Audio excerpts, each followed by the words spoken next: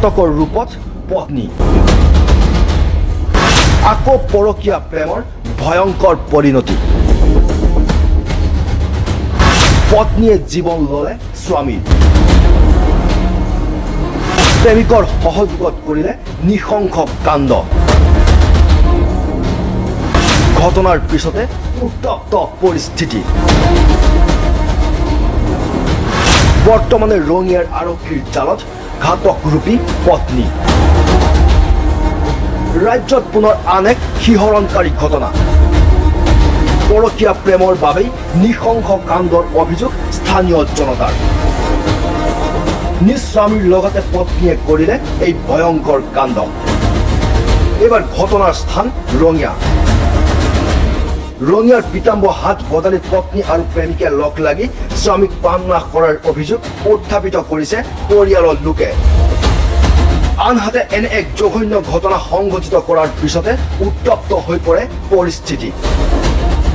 ঘটনাৰ পিছতে স্বাভাৱিক মৃত্যুৰ ৰূপ দিয়াৰ চেষ্টা পত্নী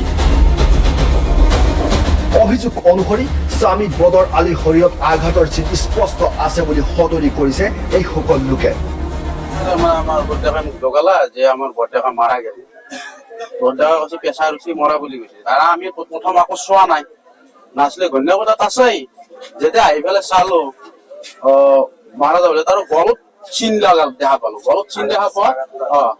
আঘাত দেখা পর তারপরে এই গন্যা কইছে কি যে এটো কালি এতে কাম করিছিল এটো মাটির তাতে জ্যাপনি গুপ লাগা বলি কইছে জ্যাপনি গুপ লাগা বলি তেতে আমি ভালদৰে যদি চালো সেইটো জ্যাপনি গুপ নহয়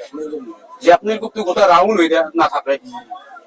এটো কিবা হেৰি কৰি দিছে বা আতি দিছে ধৰি পেলাই এতিয়া কি সন্দেহ হৈছে সন্দেহ মানে এতিয়া বেলেগ সন্দেহ মানে মাৰাই সন্দেহ আৰু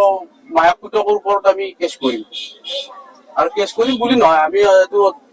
তদন্ত লাগিবই পুলিচ প্ৰশাসন আহিছে পুলিচ প্ৰশাসন আছে বৰ্তমান কানেকশনে করবে না চাই তাই দিল্লি দুটো দিল্লি বোনারা পুরু হয় এটা হিন্দু এটা মুসলমান এইভাবে গাড়ি বাকত রাখাই থয় 2-3 ঘন্টা ঘর ঘুমাই থাকে ঘটনাৰ সন্দৰ্ভত ঘাতকৰ সন্দেহত উত্তম মাধ্যম সোধাই মহিলাগৰাকী